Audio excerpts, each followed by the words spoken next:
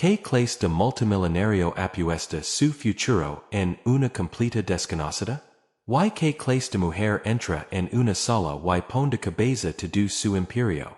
Cuando Richard Walker prometió casarse con la próxima mujer que entrara por esa puerta, no imagino que sería una indigente.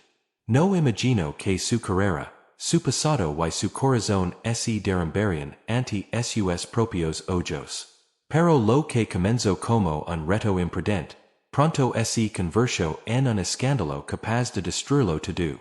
Quédate hasta el final, porque lo que ella hace después sorprendrá incluso al hombre que le dio todo. ¿Qué clase de hombre decide casarse con una desconocida por capricho? ¿Y qué clase de mujer cruza esa puerta para cambiar todo en lo que él crea? El restaurante Grand Oak Bistro brillaba bajo el cielo de Chicago, con luces doradas refulgentes en los altos ventanales de cristal. El tintinir de copas de cristal se mezclaba con murmullos de negocios y risas de la elite de la ciudad. Entre ellos, en un reservado con vista al lago Michigan, estaba Richard Walker, un hombre que prácticamente poseía la mitad del horizonte que contemplaba. A sus 45 años, Richard no era solo rico. Era una leyenda. Un inversionista despiadado convertido en filantropo. Los tabloids lo llamaban el rey de hielo de Wall Street, pero si alguien miraba bien esa noche, vería ese hielo comenzando a resquebrajarse. Removía lentamente una copa de Bordeaux, observando el líquido oscuro girar como los pensamientos en su mente. Tienes esa mirada otra vez, dijo Daniel Hayes, su abogado de toda la vida y único amigo real. ¿Problemas en la firma? Richard suspiró. El negocio está bien. Lo que no lo está es el legado. Daniel alzó una ceja. ¿On con lo del heredero? La mandíbula de Richard se tensó. ¿Sabes cómo me criaron? Mi padre me dio la empresa, su padre se la dio a él. Pero yo no tengo a quien dejar esto. Tienes a Emily, le recordó Daniel con suavidad. Tu hija es brillante, Richard. Ella podría. No es lo mismo, interrumpió Richard, con voz un poco más fuerte de lo necesario. Varias cabezas se volvieron hacia ellos. Richard forzó una sonrisa y bajó el tono. Amo a Emily, pero la junta, el legado, todo lo que he construido, en sus ojos, eso necesita un hijo, un heredero varón. Daniel negó con la cabeza, desaprobando. Estamos en 2025, Richard. Ese pensamiento está desfasado y es cruel. Deselo al testamento de mi padre, murmuró amargamente. Me dio un imperio de 1000 millones, y una carga que no puedo pasar la nadie. Daniel guardó silencio. Conoce a Richard lo suficiente para entender la culpa por su matrimonio fallido con Lauren. Sabía cómo él la había apartado, obsesionado con continuar un apellido en lugar de construir una familia. Entonces, con un brillo repentino en los ojos, Richard dio la copa. Estoy harto de esperar a que el destino arregle esto, dijo con una mezcla de emoción y desesperación en la voz. Vamos a hacerlo interesante. Daniel entrecerró los ojos. ¿Qué estás diciendo? Una apuesta, dijo Richard, girando la cabeza hacia la entrada del restaurante. Me casar con la próxima mujer que entre por esa puerta. Daniel casi se atragantó con su bebida. ¿Estás loco? Probablemente, respondió Richard con una sonrisa torcida. Pero yo intento con la lógica y con el legado. Ahora quiero algo impredecible. Yes. Si quien sí, será mía. Entonces, la puerta se abrió. El tiempo pareció detenerse. Un silencio cayó sobre la sala mientras una figura entraba. No era una socialite en tacones ni una abogada poderosa. Era una mujer con el cabello oscuro enredado, jeans manchados y un rostro joven y cansado al mismo tiempo. No pertenecía a ese lugar, y todos lo sabían. Grace Miller no tenía idea de que entrar a ese restaurante cambiaría su vida. Miraba a su alrededor con nerviosismo, como un animal acorralado. Sus manos sujetaban con fuerza las correas de una mochila desgastada. Los murmullos comenzaron. Una camarera se dirigió hacia ella. También lo hizo el personal de seguridad. Pero antes de que nadie pudiera alcanzarla, Richard se puso de pie. Esperen, dijo, su voz resonando en el silencio del comedor. Todas las miradas se dirigieron a él. Yo la invite. Hasta la boca de Daniel se quedó abierta. Richard caminó hacia Grace, ignorando los susurros y las miradas escandalizadas. Buenas noches, dijo, sonriendo como si ella fuera de la realeza. Soy Richard Walker. ¿Le gustaría cenar conmigo? Grace lo miró como si estuviera loco. Sus ojos fueron de los guardias al hombre con traje de miles de dólares y mano extendida. Su voz era cautelosa, ronca por el frío. Me llamo Grace. Grace, repitió Richard como si saboreara la palabra. Un nombre hermoso. Ella dudó, luego colocó su mano áspera en la de él. Detrás de ellos, Daniel los observaba en completo asombro. ¿Qué demonios estás haciendo?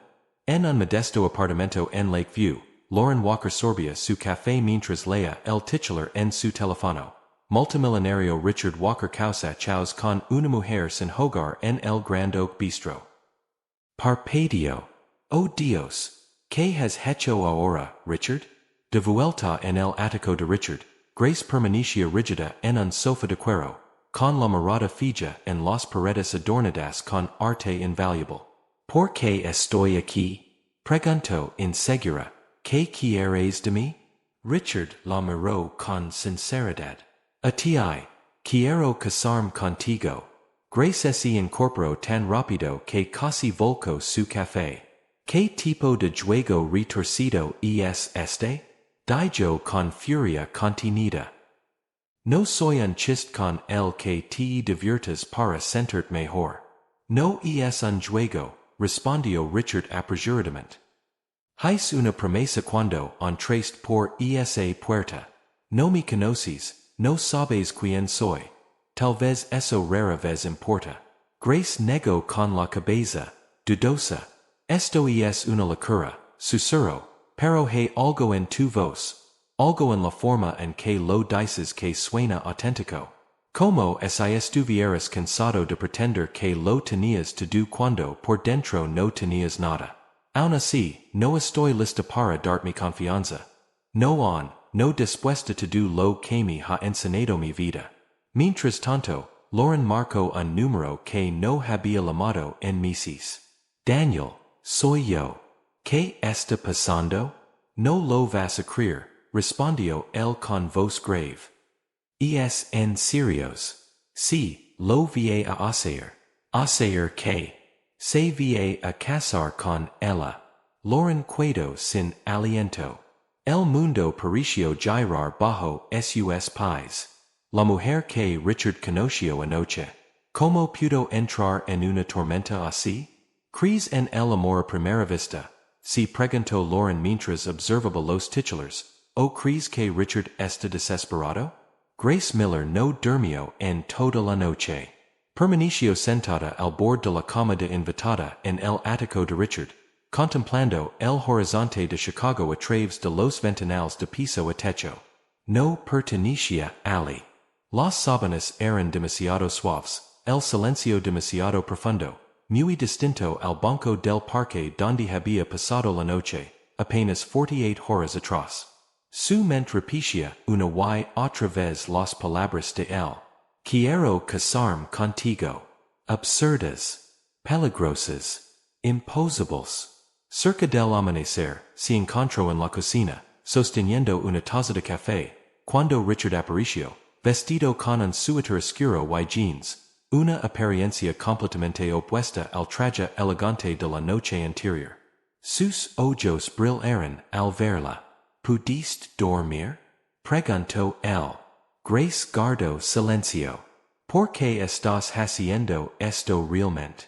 Insistió, alzando la voz ligeramente. Por tu ego. Por tu legado. ¿Y es una puesta en escena para tapar un vacío en tu corazón? Esas palabras lo dolieron más de lo que esperaba. Quizá por todo eso, reconoció en voz baja, pero también. Pasó algo cuando te six entrar por esa puerta. Y no es solo por la promesa. Grace cruzó los brazos. Ni siquiera sabes quién soy.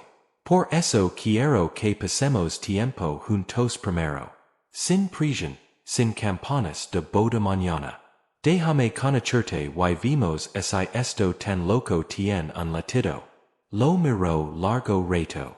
Su guardia seguía en alto, pero algo en su interior se incendia. Quizá curiosidad, tal vez algo más. Finalmente, dijo. De acuerdo, acepto, pero necesito un lugar mío.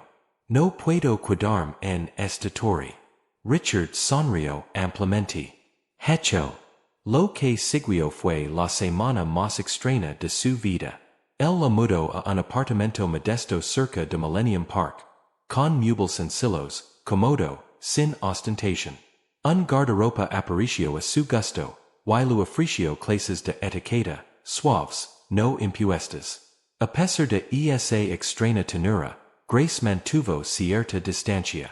Sus mañanas eran para caminar, sus tardes para leer en cafeterias, y sus noches para preguntarse cuando se revelaría el verdadero motivo de todo. Mientras tanto, los titulares no cesaban. El multimillonario al límite. Nueva mujer misteriosa en la vida de Walker. Grace Miller, la nueva cenicienta o la estafa definitiva? Lauren Walker vio cada uno. Y cada vez, algo se oprimía en su pecho. No veía a Richard tan animado desde hacía años, ni siquiera cuando Emily había nacido. Y ahora lo veía tras aquella desconocida, dispuesto a entregar un imperio que solía proteger con mano de hierro. Tomó el teléfono. Daniel, necesito verla. Iris Lauren, dijo Grace, incluso antes de que la mujer hablara. Lauren se sentó frente a ella. Y tú Iris Grace, la mujer que mi ex esposo conoció por una apuesta y por la que decidió reescribir su futuro. Grace alzó una ceja. ¿Viniste a advertirme? No, respondió Lauren, sorprendiéndose a sí misma.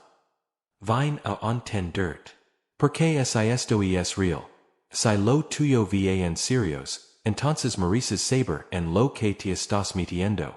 Se quedaron allí, sentadas, durante una hora. Lauren no intentó destruir a Richard. Le contó historias de su ambición, de su obsesión por el legado, y de cómo esa obsesión había destruido todo lo bueno en su vida, incluyéndola a ella, incluyendo su matrimonio. Grace escuchó sin interrumpir.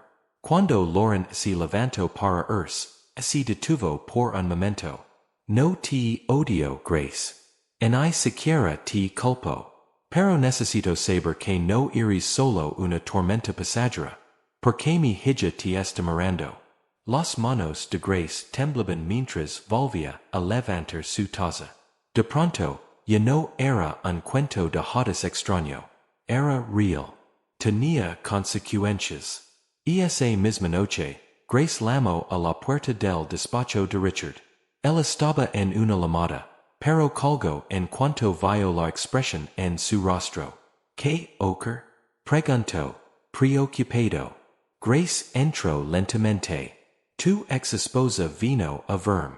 Richard parpadeó. ¿Qué? ¿Por qué? Quería asegurarse de que supiera en lo que me estaba metiendo. No estaba enojada, Richard. Estaba rota. Ella se puso de pie, frotándose la nuca con nerviosismo. Grace, yo no quis. Lo sé, lo interrumpió ella. Pero esto es más grande que tú. Más grande que yo. Tienes una hija, un legado, toda una historia. Y yo solo estoy irrumpiendo en medio de todo eso. El dio un paso hacia ella, despacio. No estás irrumpiendo. Estás cambiándolo. La voz de Grace se quebró. No sé si puedo. He pasado años sobreviviendo, Richard. No viviendo. Y ahora, ¿quieres que simplemente entre en este mundo de cristal y actúe como si perteneciera? No, susurró él. No quiero que finges. Quiero que seas exactamente quien eres. Por primera vez, ella no se apartó.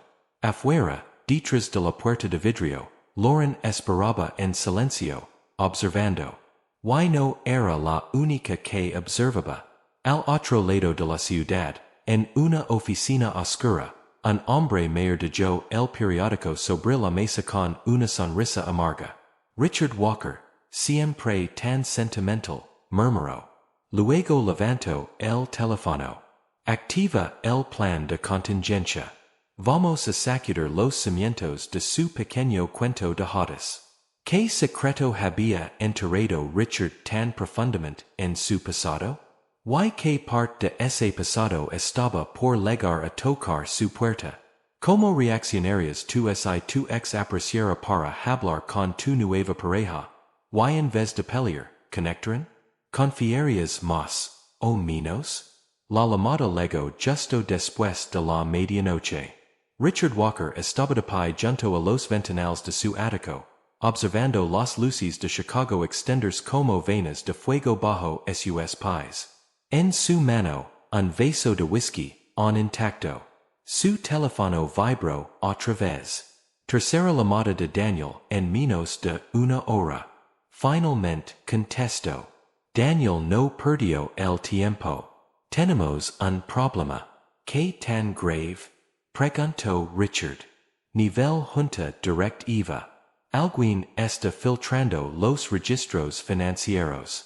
Están construyendo un caso para acusar de malversar fondos de la empresa, para beneficiar a Grace. Richard sintió un vuelco en el estómago. La están pintando como una cazafortunas, como una estafadora, continuó Daniel. Están tergiversando todo, el apartamento, la ropa, incluso esa noche en la ópera. Dicen que todo fue financiado con dinero corporativo como parte de un experimento personal. Esto no es una campana de desprestigio, es un golpe interno. Richard miró fijamente el horizonte. Debió haberlo previsto. En su mundo, el amor no tenía permitido verse así de desordenado, así de real. Han convocado una reunión de emergencia de la Junta para mañana al mediodía, añadió Daniel.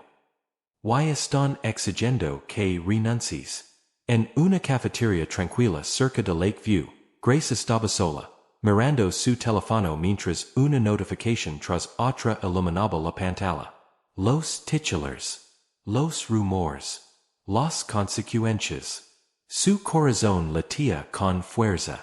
El romance del multimillonario desata escándalo financiero. La queda de Richard Walker.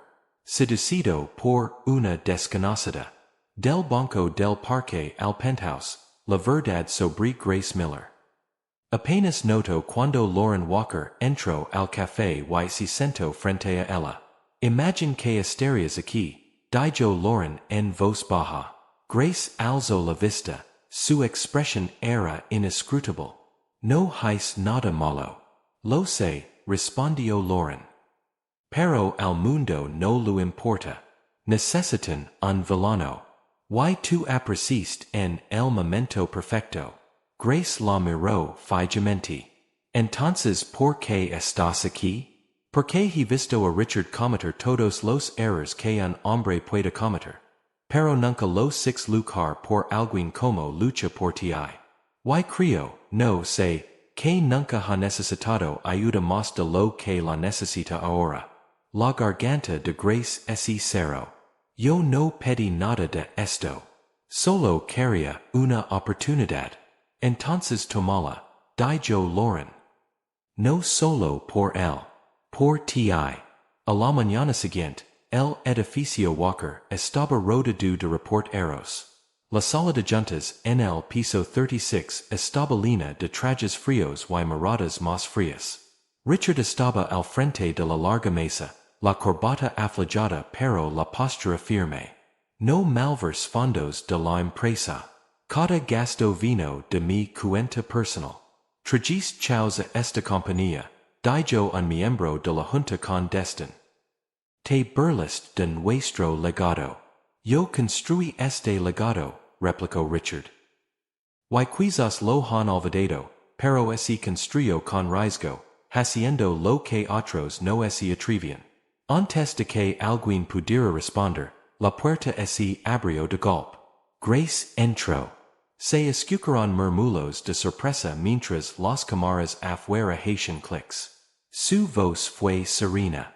Sé que no estoy invitada, pero necesito hablar. Esto es un asunto privado de la junta. Protestó uno de los directivos. Ella se queda, dijo Richard con firmeza. Grace miró a cada persona en la sala. No quiero el dinero de Richard. No quiero su imperio. No lo pedí que me sacara de las sombras, pero lo hizo. Y durante semanas pensé que cambiaría de opinión cuando viera quién soy en realidad. Hizo una pausa, pero no lo hizo. Solo siguió estando allí. Silencio. No soy el cuento de hadas que querían. Y no pienso fingírselo. Pero soy honesta. He dormido en aceras. He pasado hambre. He sido invisible. Y preferiría volver a esa vida antes que quedarme aquí y dejar que lo destruyan por amar a alguien que no salió de un club de campo. Un largo silencio. Finalmente, el miembro más anciano de la junta se inclinó hacia adelante. Señorita Miller, si no busca dinero en I fama, ¿por qué sigo aquí? Grace se volvió hacia Richard. Porque lo amo. Pero también porque, por primera vez en mi vida, alguien creyó que yo era suficiente. No suficientemente bonita, ni suficientemente rica. Solo sufficient. Ese fue el momento en que todo cambió. La junta votó.